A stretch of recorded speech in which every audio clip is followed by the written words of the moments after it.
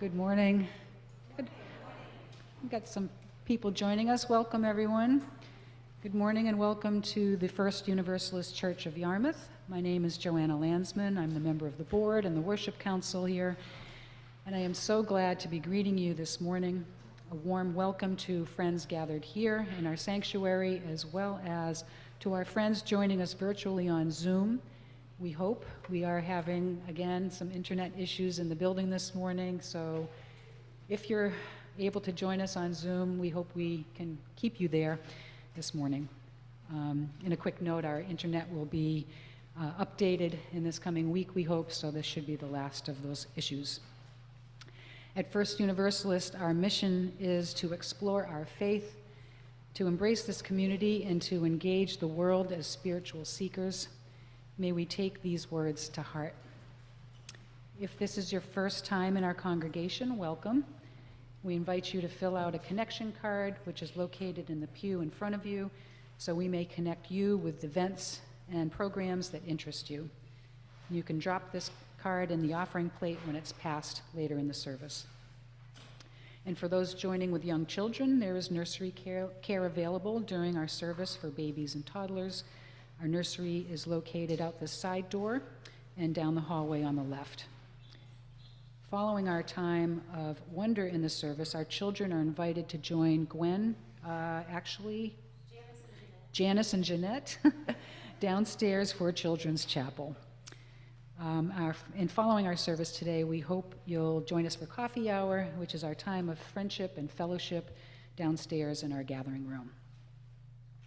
Before we begin our service this morning, we have 3 announcements. First, we are just about halfway through our annual campaign. A huge thank you to those who have made a financial commitment so far to support the good works of our church. We are all in this together with love at our center. If you're able to make a commitment and have not yet done so, please visit our website to make your annual pledge.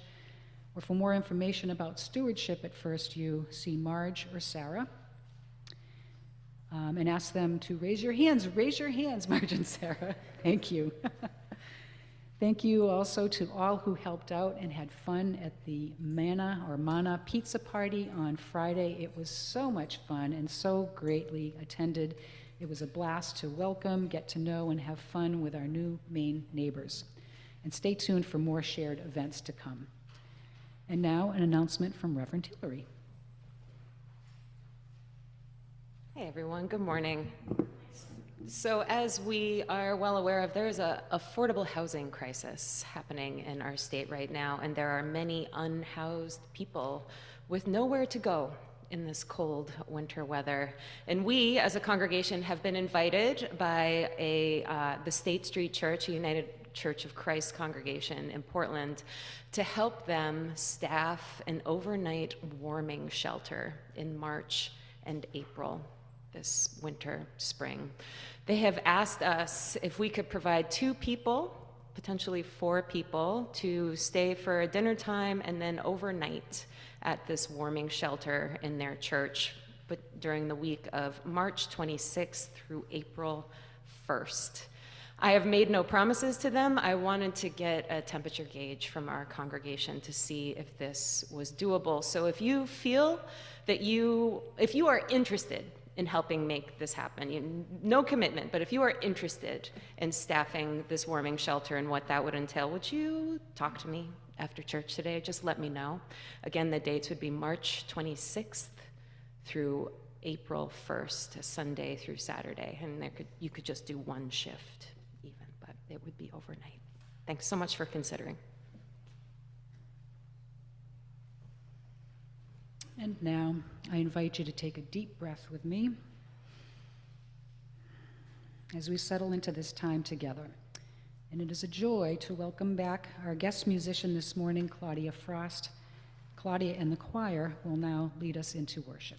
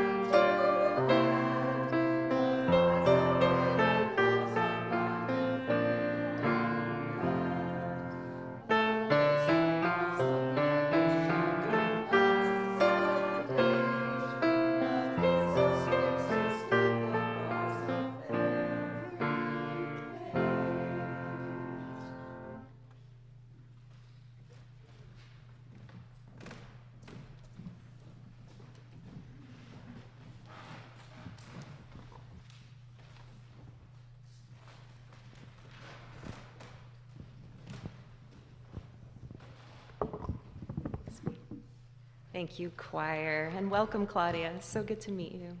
Good morning, everyone. How are you? Good. It's good to see you. Happy February. We are in it, but we're closer to spring than ever before. I'm Reverend Hillary. I serve as the minister here of our beautiful church that rests on beautiful unceded Wabanaki land at the top of the bank of the beautiful Royal River, which was known to the Wabanaki as the Wescustigo River. And friends, it is with peace and friendship that I say, whoever you are, wherever you're from, whomever you love, whatever it is you have done, however it is you arrive to this space, if you two gather here in peace and friendship, or even the hope, the whisper, the inkling of such peaceful, friendly intentions, you are welcome here, and we are so glad you're here. Friends, this morning we continue our exploration of the question, what does it mean to live with love at our center? And I don't know about you, but I'm beginning to think that this might be one of those lifelong kind of questions, a real invitation to take a journey kind of question. So thank you for joining us on this leg today. So glad we are centered in love and on this path together.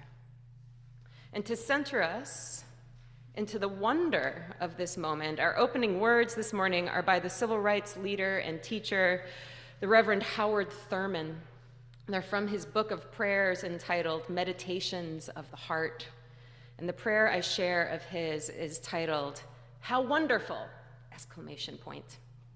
And he begins it with this supplication, "I lay bare before God my enthusiasms."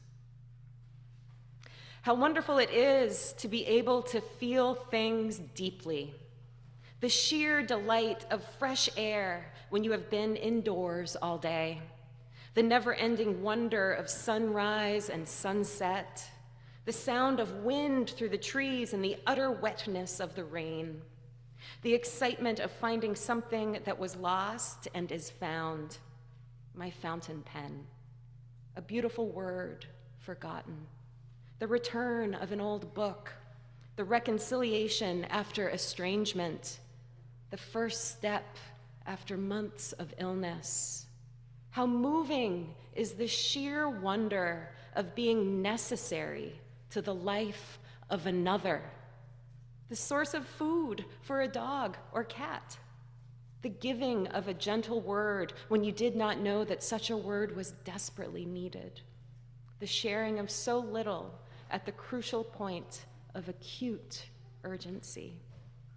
The invasion of the mind and heart with a sense of presence in which all of one's being suddenly becomes the dwelling place of all that is sacred. I lay bare before God my enthusiasms for this day.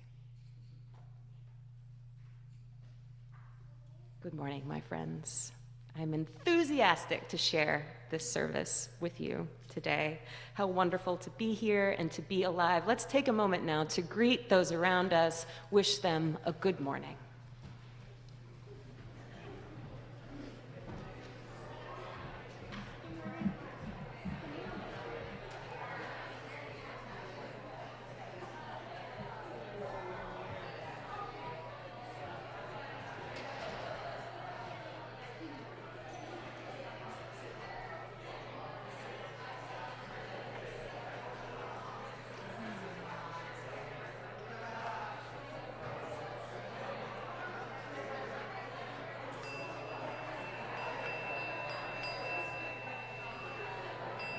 All right. Order in the church, order in the church. Friends, won't you rise with me now in body or spirit and join us in singing our opening hymn, number 112, in your gray hymnal, Do You Hear?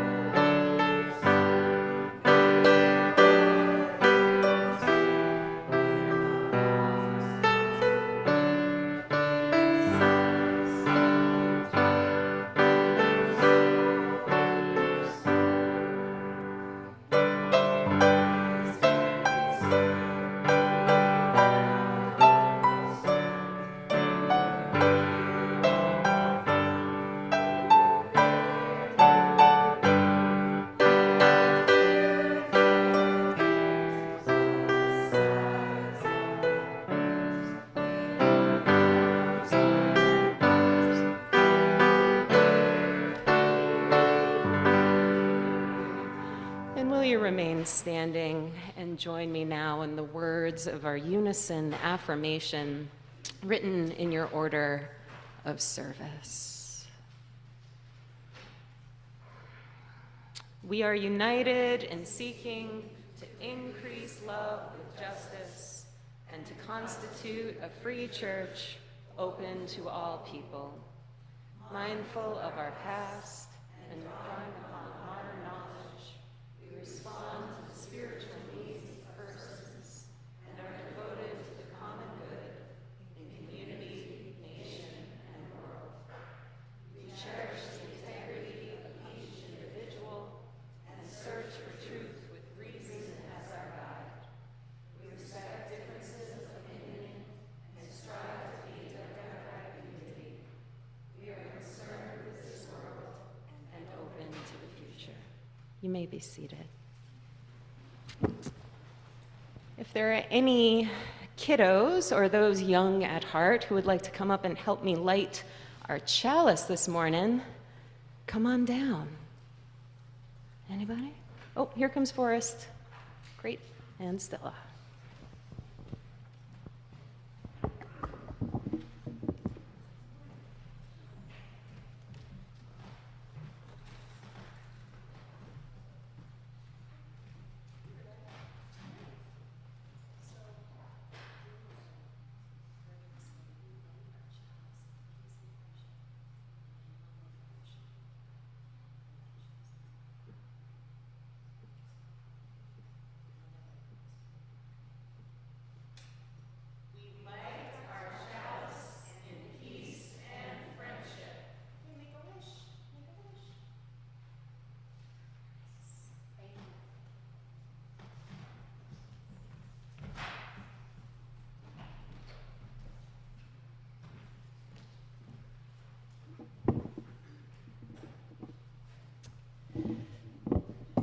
So I missed the memo that everyone was off today except for me. Sam is off, Gwen is off, and Mac is off. So good to have you, Claudia. You're not supposed to play now, no. Right. Oh, because Gwen, you're right.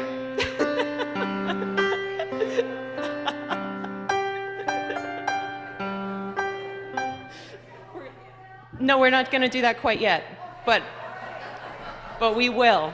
We will do that. This is what happens when Gwen is gone. It all gets crazy. So, I had a time for all ages I was hoping to do this morning, but it would have been much better with more voices than just my own. So instead, good morning, everybody. I want to sing a song with you all. It's a song about peace, and it's a song about love, and it's a song in honor of one of my favorite people who was ever born on Earth, Yoko Ono, who turned 90 yesterday. Yesterday was Yoko's birthday, and we're not going to sing one of Yoko's songs, though that would be interesting if we did. Maybe another time. Instead, we're going to do a little rendition of Give Peace a Chance, which is a song that she and John sang together. And we're going to do it very simply, and we're going to do some rhythms with our body. But as we sing this song, let's send some peace, let's send some love out into the world in honor of Yoko, in honor of everybody. Sound good? All right, let's try it. It'll be an experiment. So, just do what I do.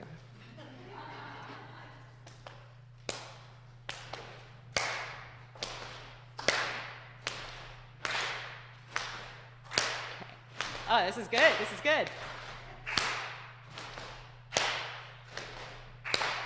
All we are saying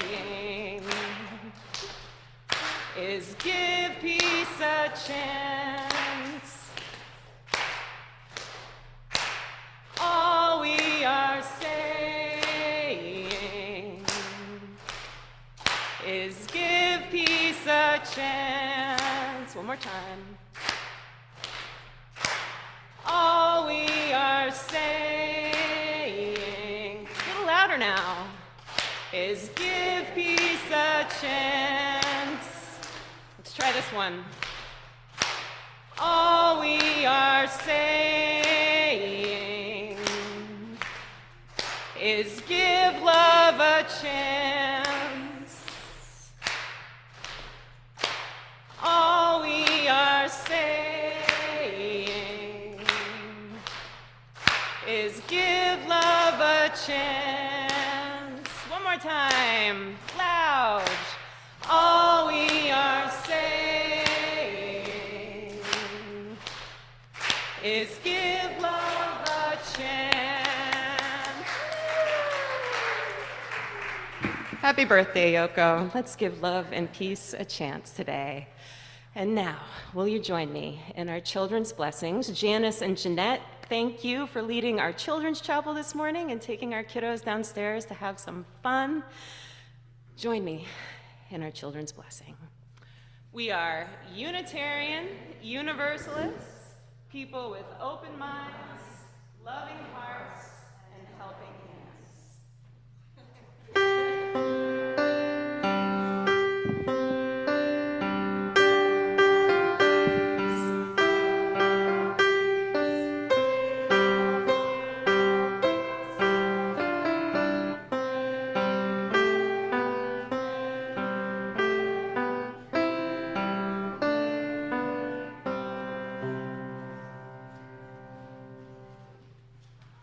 And I invite a couple of members of Buildings and Grounds now, Pete and Ben, to come up and tell us about the work you do here.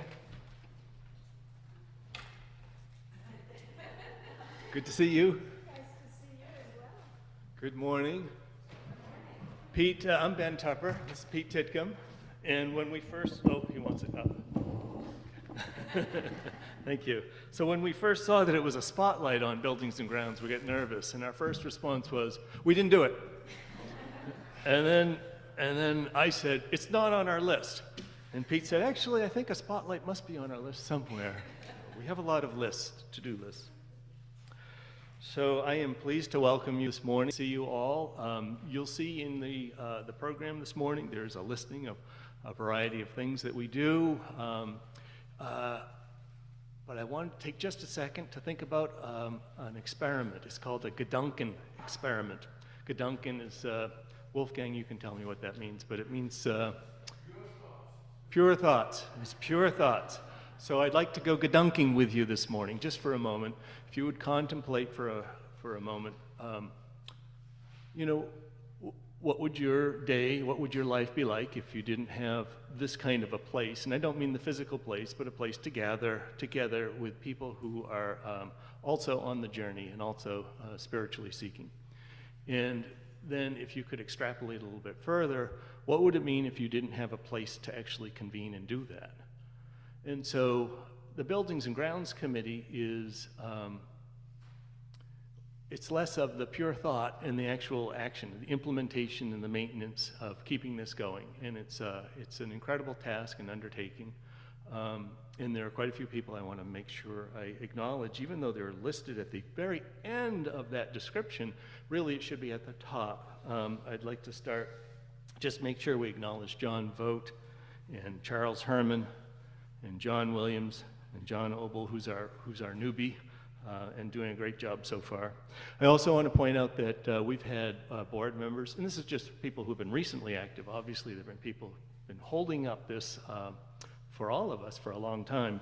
But I want to note that Joe Dreher, who was on the board and our liaison, he was very active with the committee and continues to be. And Debbie Starkle has been instrumental in her role with us and has been quick to grab a paintbrush. So, and then of course there's Pete and me, and we are what I call go-chairs. You notice I didn't say co-chairs, I said go-chairs. So the way it works is I sit in a chair while I watch Pete go hither and thither taking care of things, because he is a man in motion, and I defy you to keep up with him. So it does take a lot of human capital to keep this place going. It takes a lot of material capital, the source of which is your giving in our annual campaign, and of course when we have periodic capital campaigns for real capital-like expenses, doing big things, we all play an instrumental role there too. But Pete's going to share with you just a moment of the day in the life of the Buildings and Grounds Committee. So Pete, I yield the floor to you, and I'm going to lower the thingy.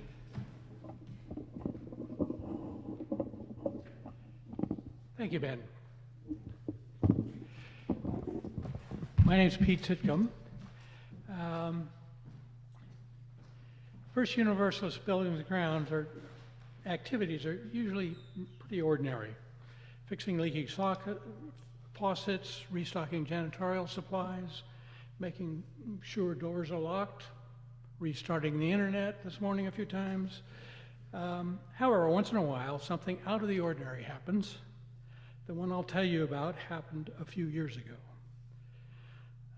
It all started when we welcomed a Red Cross blood drive here.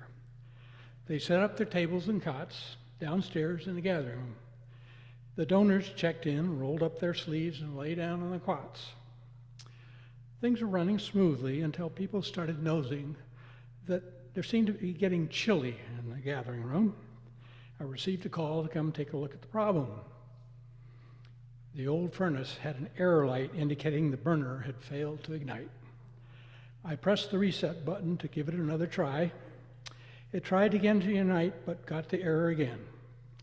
We really needed some heat, so I tried once more, but it failed again. I should mention that each time the furnace fails to start, it has received a shot of fuel.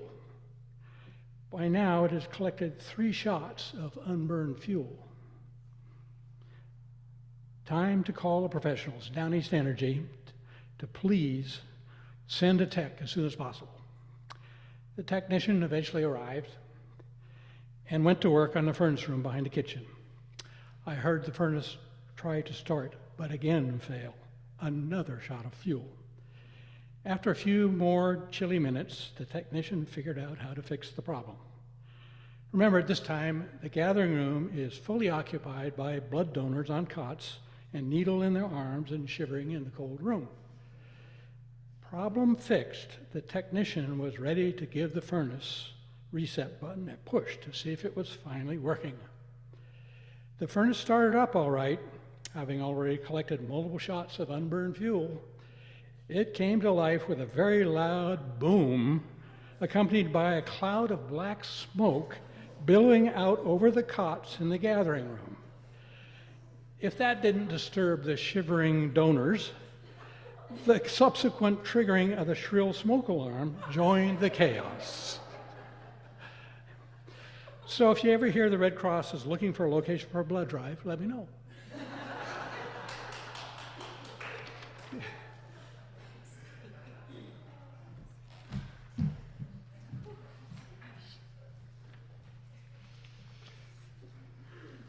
I thought being the minister had its stresses. I had no idea.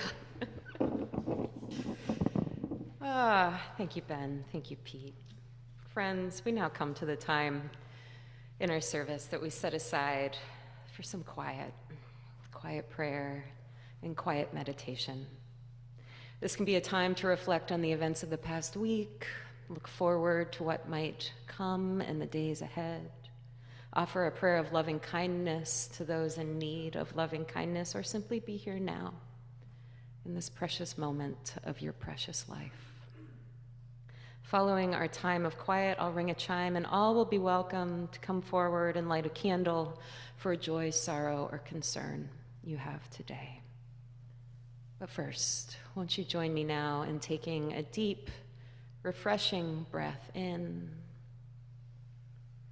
a calming breath out, and enter into a sacred time of silence. Joys and sorrows of our beloved community, won't you join me in another short moment of quiet, my friends?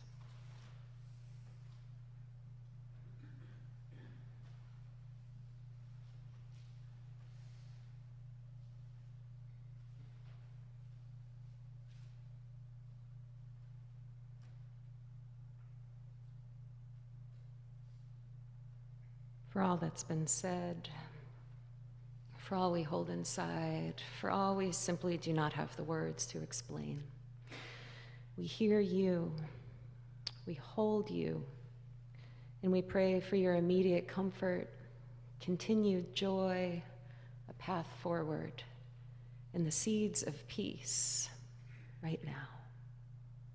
Amen, and let it be so.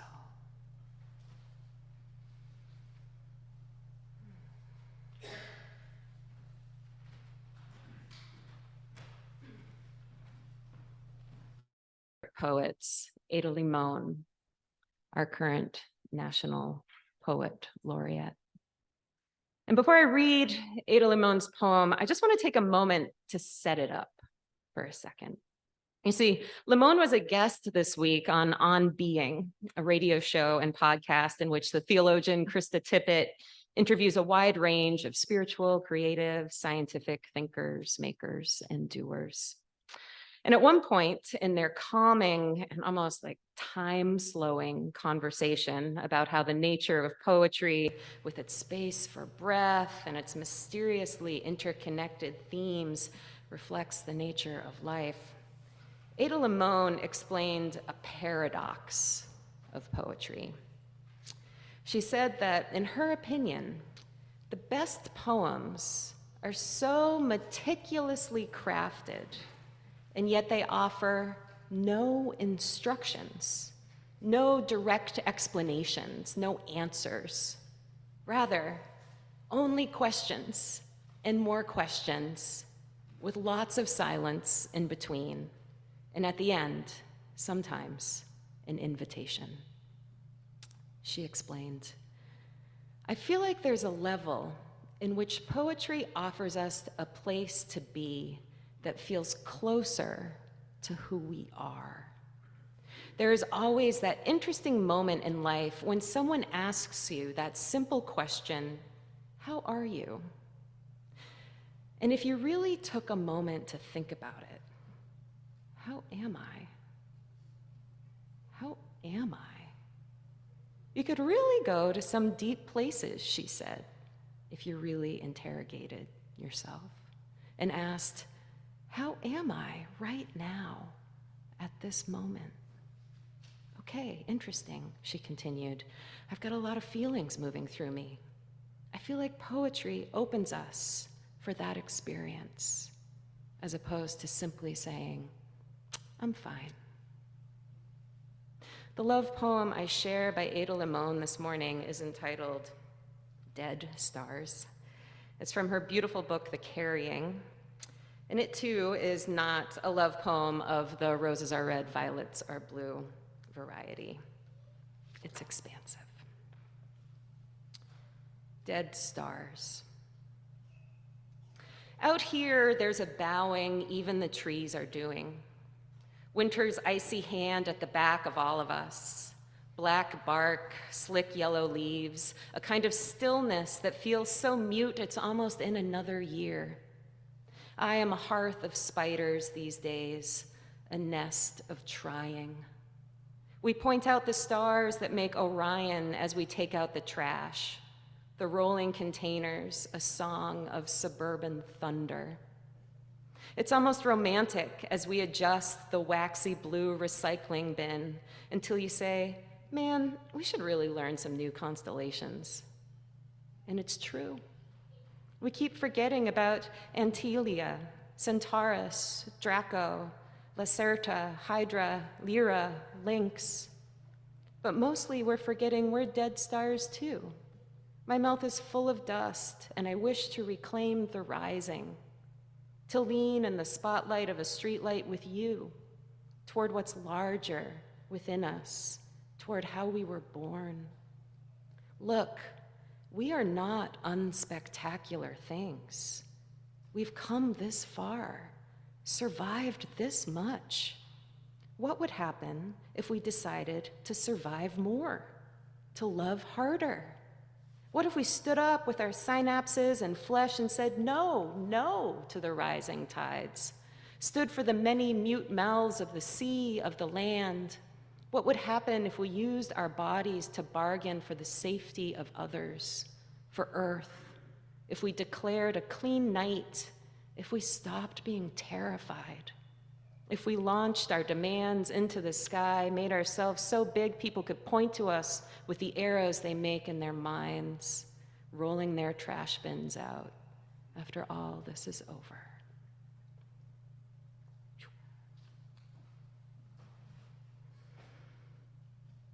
So how are you? Take a breath. How are you right now at this moment?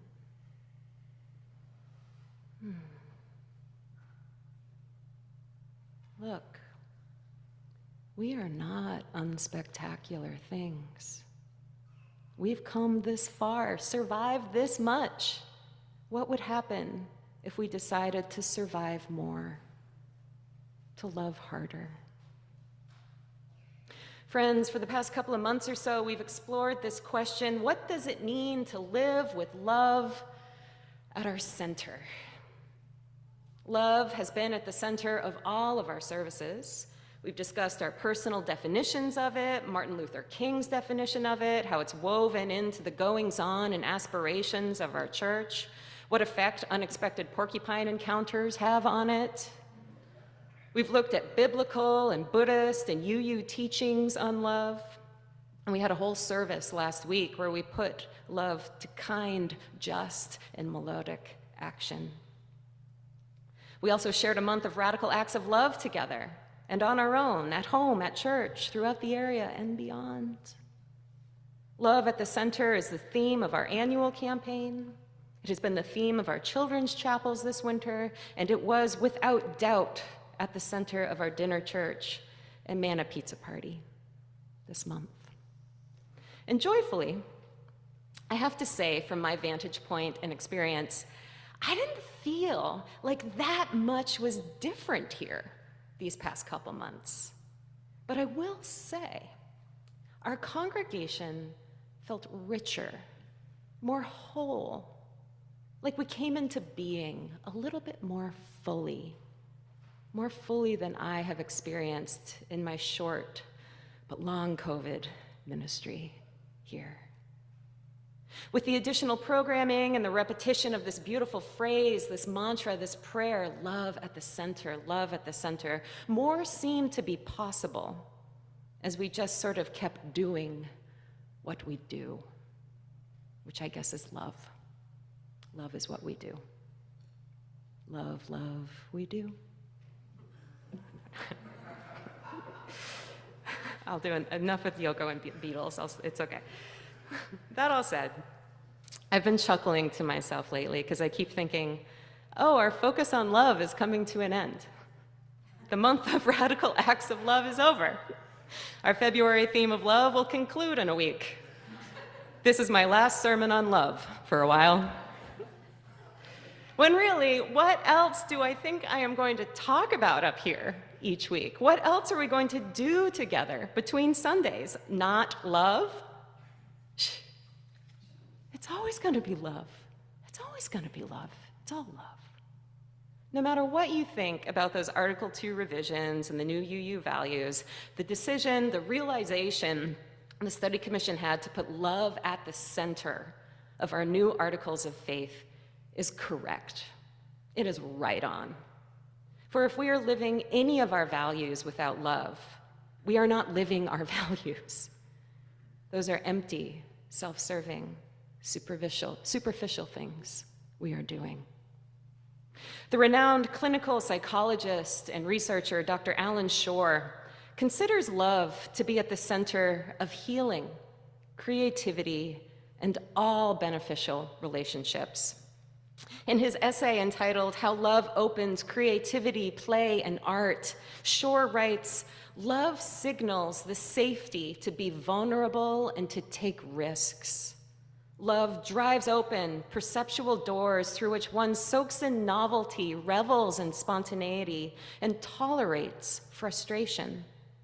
Love inspires mutual play and creativity that continue throughout the lifespan, preserving open-hearted engagement with others and the world at large."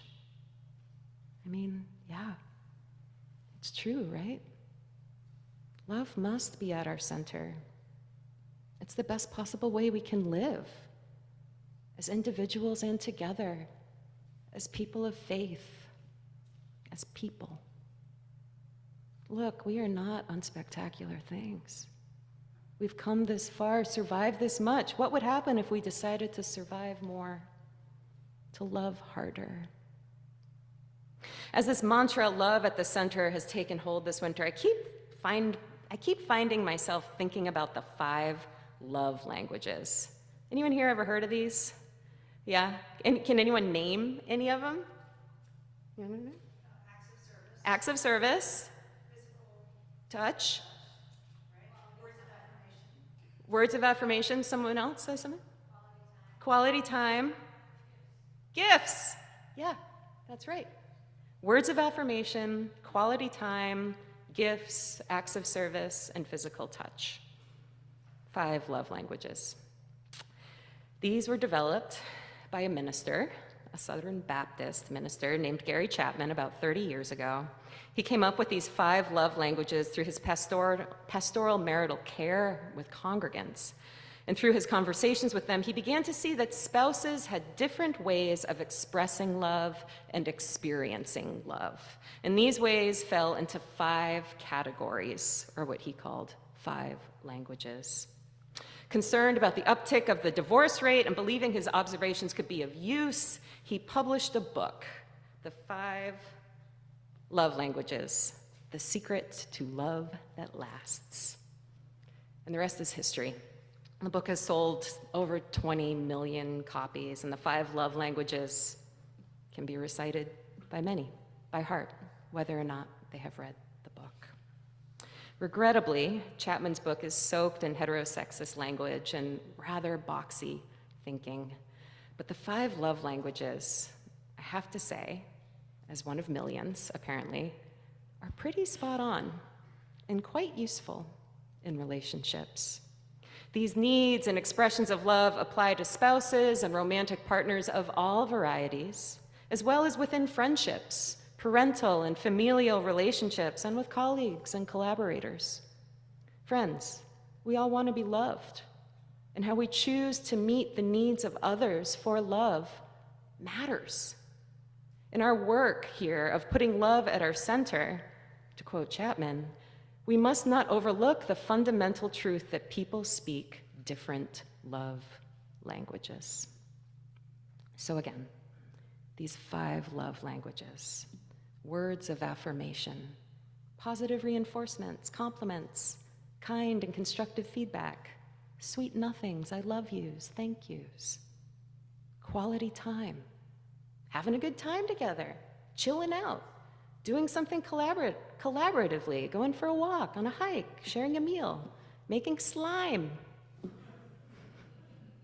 receiving gifts, giving gifts, presents, acts of service, doing chores, helping out with a project, running an errand, showing up, cleaning up, and physical touch, a hug, a massage, holding hands, a handshake, consensual sexual intimacy, snuggling, just a little arm rub. As the theory goes, we all have a primary love language and some secondary ones, and maybe 1 or 2 that we could take or leave. The key to open, affirming, and strong relationships is knowing what love languages speak to you and speak to those you love, so that you can give and receive love that is felt. For instance, if your love language is gift-giving, but your partner's is acts of service, you could give them all the presents in the world, but if you don't ever do your dishes, those gifts ain't gonna mean much. In fact, they might just be something else to pick up around the house. And vice versa. If your partner does your dishes and picks up all your stuff but never thinks to get you a gift, even a little present, your love language, then you're gonna feel underappreciated as well. Gary Chapman came up with a test you can take to find out your primary and secondary love language. It's in the back of this book, one for wives and one for husbands, respectively. And thankfully, another test now exists that is non-gendered and doesn't even have to be for romantic partnerships. It's free, you can find it online easily and take it if you're curious. I took it and found it interesting to notice preferences emerge that I didn't know I had. The test is pretty benign, comprised basically of would you rather questions. Prompts like, it's more meaningful when A, I receive a loving note from someone, or B, someone I love hugs me. Or it's more meaningful when A, I get to spend uninterrupted time with those I love, or B, someone I love surprises me with a gift. You might know your love language. You might be clicking just now. You might really not care. That's okay. I will say I have long wanted to roll my eyes at the love languages, but my friends, I have found this self-knowledge to be pretty productive in my relationships and also pretty productive for my mental health. You see, I become very aware of the love languages that matter to me most, acts of service and quality time, when they aren't being met. In those times, I get grumpy, closed off, sad. Life has a little less meaning. I feel kind of adrift. But if my partner, Alexis, offers to clean the car after a snowstorm or invites me to go on a dog walk or play a game, it's like a transfusion of energy into my system. It's awesome. And likewise, I love being of service. Feels good, gives my life great meaning. And I love quality downtime with others and just by myself. And if we hang out, have fun, and you stick around to help clean up a little afterward, well, I think we're in love. What a match made in heaven is this shared ministry, huh? Guys, we hang out a lot, and you all stick around to clean up after. It's so great. The 5 love languages, like most things in life, are not without fault, but they have their use. For anything that helps us better understand who we are, anything that causes us to pause and ask, how am I? How are you? Has its use. For we're not unspectacular things. What would happen if we decided to survive more, to love harder? Survive more, love harder. What does this mean? In her poem, Dead Stars, Ada Limon offers various ways we could survive more and love harder, each line a question and an invitation. What if we stood up, she writes, and said no, no to the rising tide, stood for the many mute mouths of the sea, of the land? What would happen if we used our bodies to bargain for the safety of others, for Earth? You can certainly read this poem as a love at the end of the world poem, though I remind you the whole thing is encapsulated in the act of taking out the trash and the recycling, an act of service. The conceit is that we are composed of dead stars, that we ourselves are the recycled stuff of the universe, surviving more already, naturally. When I read Dead Stars as an end of the world poem, I'm reminded of something my mentor, Reverend Kim Crawford Harvey, once told me. She said, some faiths believe that there will be an end of the world and it will be the end. But as you use, we know that the world as we know it is always ending, and what comes up next is up to us.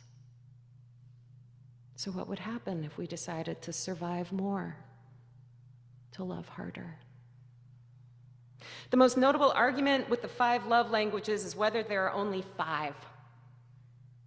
I mean, maybe. But most of the expressions of love that I can think of are encapsulated in those 5 categories of words, time, gifts, service, and touch. However, our need for love certainly changes dependent on the events of our lives. There may be times when the form love takes doesn't matter so much as whether it is offered in forgiveness or in shared mourning or righteous anger, gratitude, respect, celebration. In his essay, How Love Opens Creativity and Play, Alan Shore discusses the developmental importance of expressing and experiencing two types of love: quiet love and excited love. Quiet love is expressed in an effort to comfort, to relieve another from stress and distress, while excited love accelerates energy, expands joy and excitement, he writes. He explains that these two forms of love can be expressed in 3 languages and endless combinations of these languages: gestural, facial, and vocal. So friends, love might fit into 5 categories, but the expressions of love are boundless, endless. As Audre Lorde teaches, there are no new ideas, only new ways of making them felt. We here at First U are a profoundly loving congregation. New members and visitors have shared this feeling with me again and again, that the energy in our church is loving, is kind. What would happen if we made a concerted effort to get to know each other more, find out how we relate to love, how we experience it, express it? Or in other words, what would happen if we decided to survive more, to love harder? I think we might begin by taking a breath, making space, asking ourselves how we are, and asking others how they are. How wonderful it is to feel things deeply. How moving is the sheer wonder of being necessary to the life of another. What a gift it is to have this space to practice love, friends, to look at the constant endings and see beginnings, to be the stuff of stars, to survive more amidst it all. What would happen if we lived with love at our center? This would happen, and so much more. So may it be so, and may you all know love. Amen.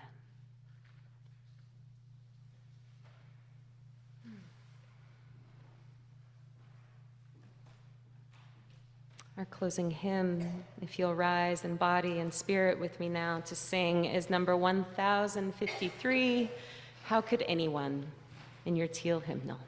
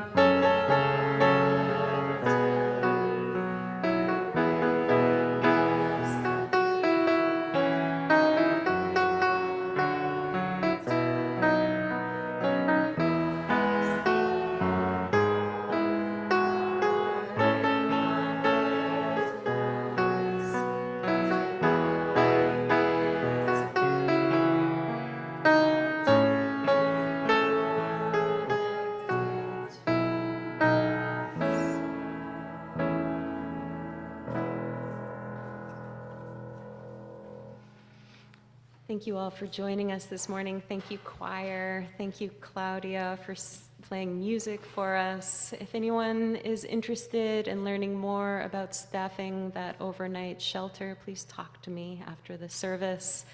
And friends, tomorrow, yes, it is my birthday, and gift giving isn't really one of my love languages, but quality time and acts of service are. So if you wanted, for me, for everybody, to spend some quality time in prayer, doing an act of service by saying a loving kindness prayer for the whole world, that would mean a great deal to me to know that's going on tomorrow. Amen. my birthday. So crack a window, let the wind take your breath and touch all the beings across the earth. So with that, will you join me in a closing time of prayer? May all beings be free of suffering and the causes of suffering. May all beings experience profound joy and the causes of profound joy. May all beings express the love they need to express and receive the love they need to receive, and may all be free. And will you join me in the words of our unison benediction writ in your order of worship? For those who come here seeking God, may God go with you. For those who come embracing life, may life return your affection.